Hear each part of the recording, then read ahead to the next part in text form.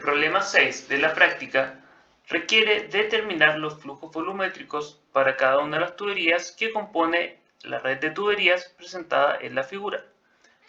Para resolver este problema, y en general cualquier problema donde se involucre redes de tuberías, lo primero que se debe hacer es determinar la dirección del flujo en cada una de las tuberías que compone a este sistema.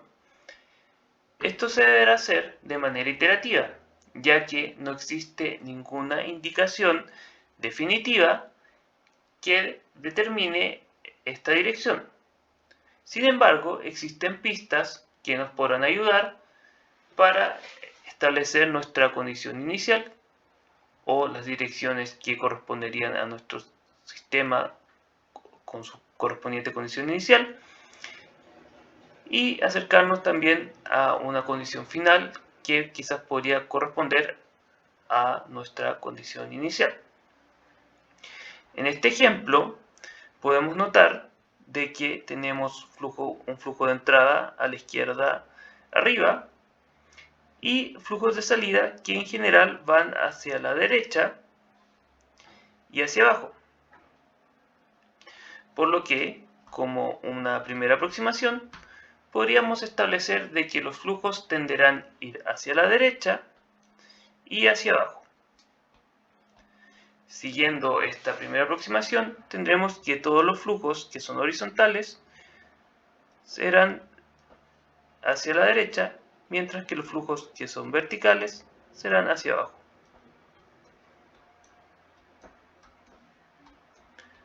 Esto, nuevamente, pudiera no ser la condición exacta en este sistema, ya que no tenemos nuevamente ninguna indicación de que así lo sea.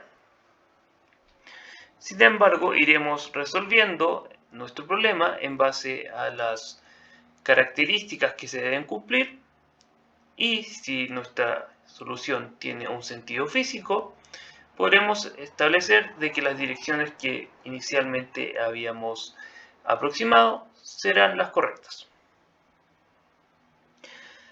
Posteriormente a haber determinado las direcciones de flujo en cada una de las tuberías, procederemos a realizar balances de materia en cada uno de los nodos que corresponde a la intersección entre tuberías.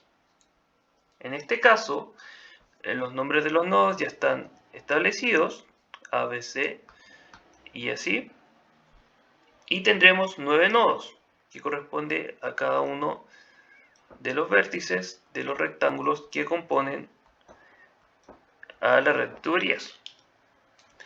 Además, y por motivos de claridad, consideraremos que los flujos de entrada y de salida se denominarán en base al nodo por el cual entran o salen. Es decir, este flujo, que corresponde a 15.5 pies cúbicos partido por segundo, será denominado como flujo en A.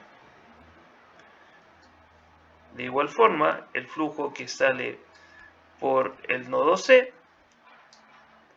será denominado como QC y así.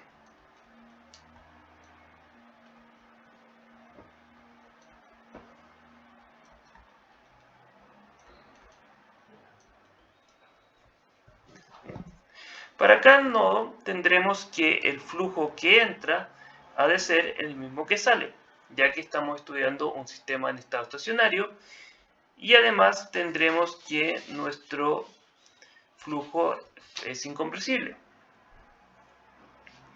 De esta forma tendremos para cada uno de los nodos una ecuación que relaciona los flujos en la tubería y posibles flujos que entran y salen.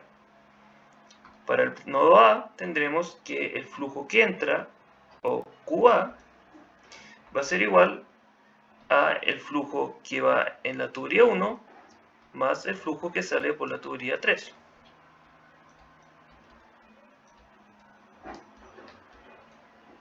En el nodo B tendremos que el flujo que entra, o Q1, va a ser igual al flujo que sale, o Q2 más Q4. En el nodo C tendremos que el flujo que entra, o QB, nuevamente va a ser igual al flujo que sale, o QC, más Q5. En el nodo D tendremos que entra un flujo 3 y sale el flujo en la tubería 6 más el flujo en la tubería 8. En el nodo E tendremos que entra el flujo por la tubería 4 más la tubería 6 y sale QE, Q9 y Q7.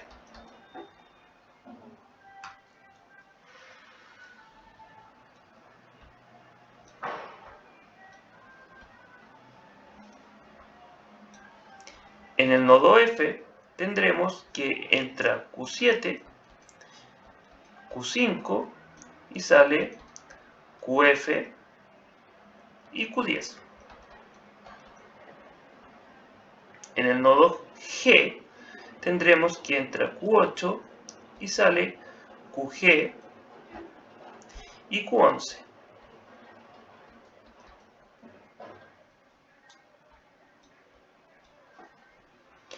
En el nodo H tendremos que entra Q9, entra Q11 y sale Q12 y QH. Finalmente, en el nodo I tendremos que entra Q10, también entra Q12 y sale QI. De esta forma tendremos un conjunto de ecuaciones lineales que relacionan los flujos en cada una de las tuberías. Aquí es importante que notemos de que tenemos 9 ecuaciones lineales en este sistema, mientras que existen 12 tuberías, por lo que estamos cortos o faltarán 3 ecuaciones adicionales para poder determinar de manera exacta todos los flujos requeridos. Este conjunto de ecuaciones faltantes serán determinadas a partir de las pérdidas de carga que sufre el fluido en su paso por los distintos trayectos que pudiera tomar. De esta forma,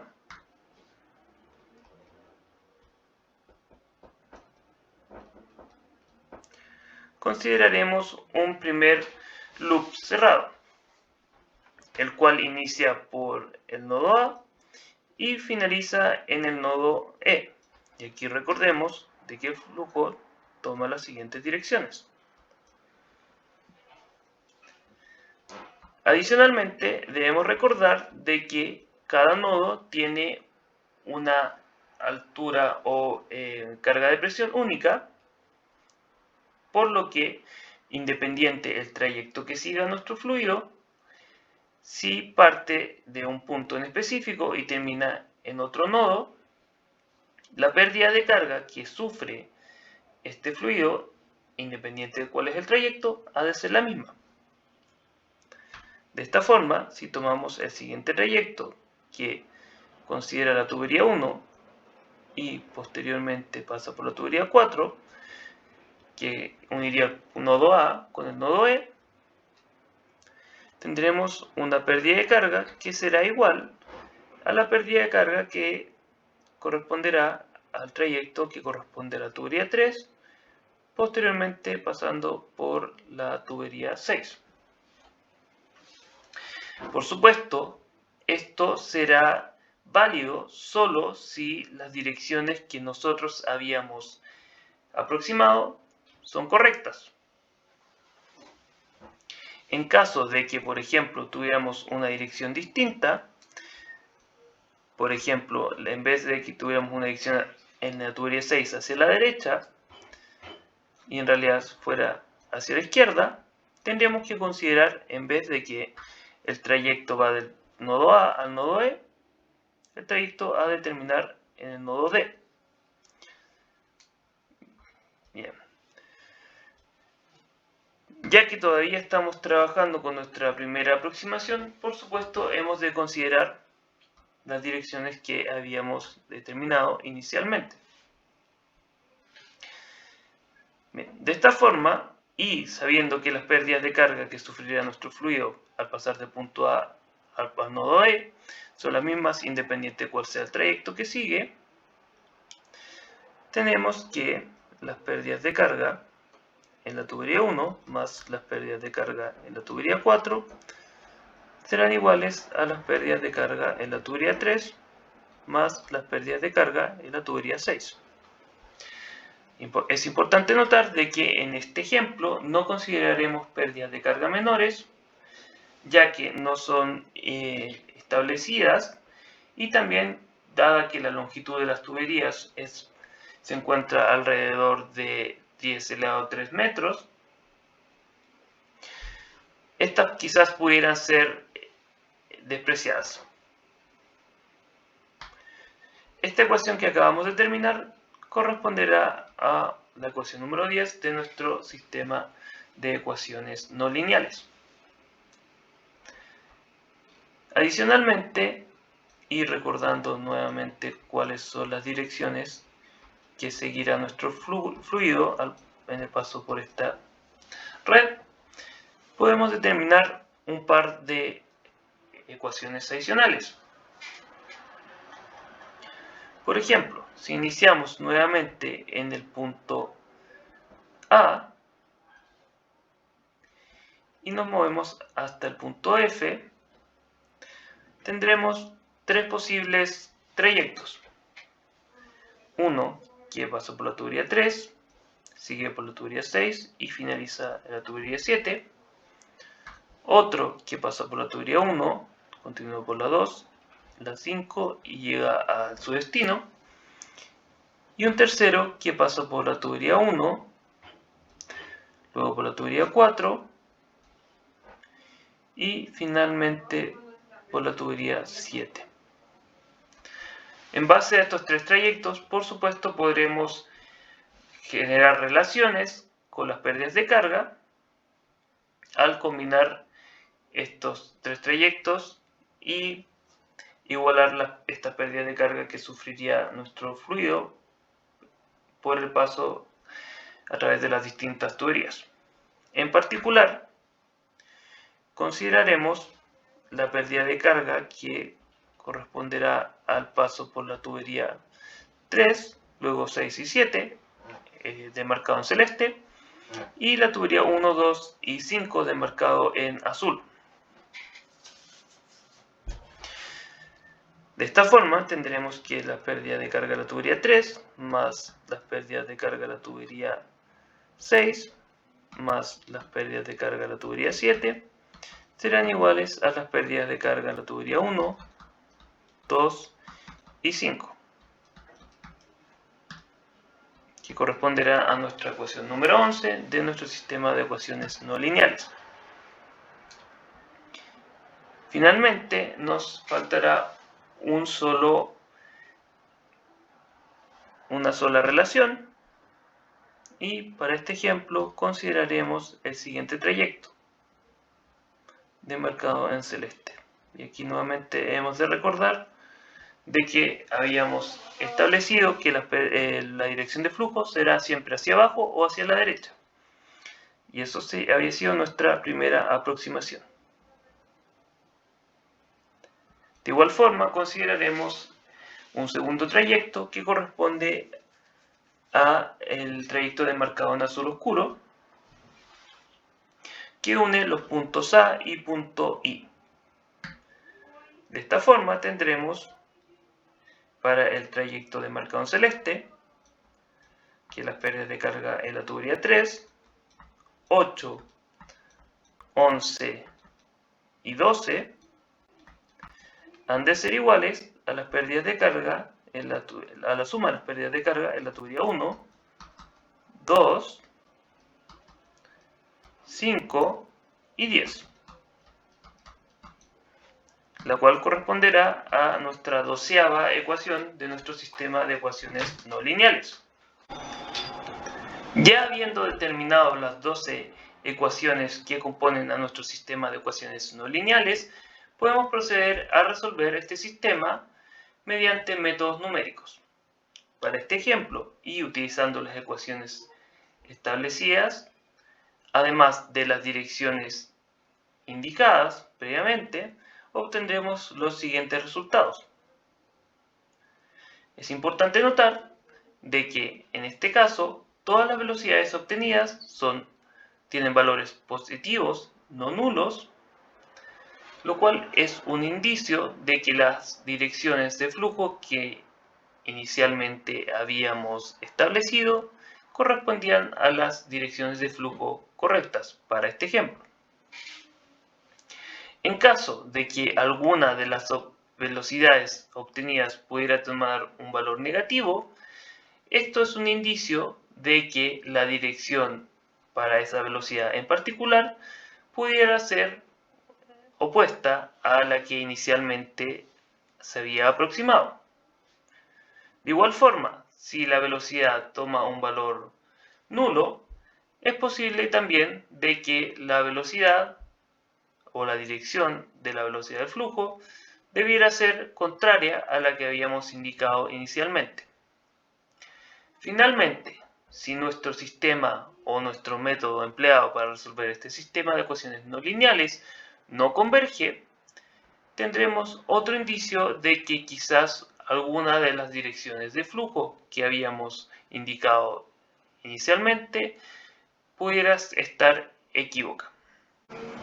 En caso de que observáramos alguno de estos indicios de que la dirección de flujo que inicialmente habíamos establecido pudiera no ser la correcta, deberemos replantear el problema modificando alguna de las direcciones de flujo que sospechemos pudiera no corresponder en base a estos resultados que obtendremos de nuestro método. Y, por supuesto, durante este replanteamiento deberemos modificar el sistema de ecuaciones que habíamos previamente establecido, considerando este cambio de dirección.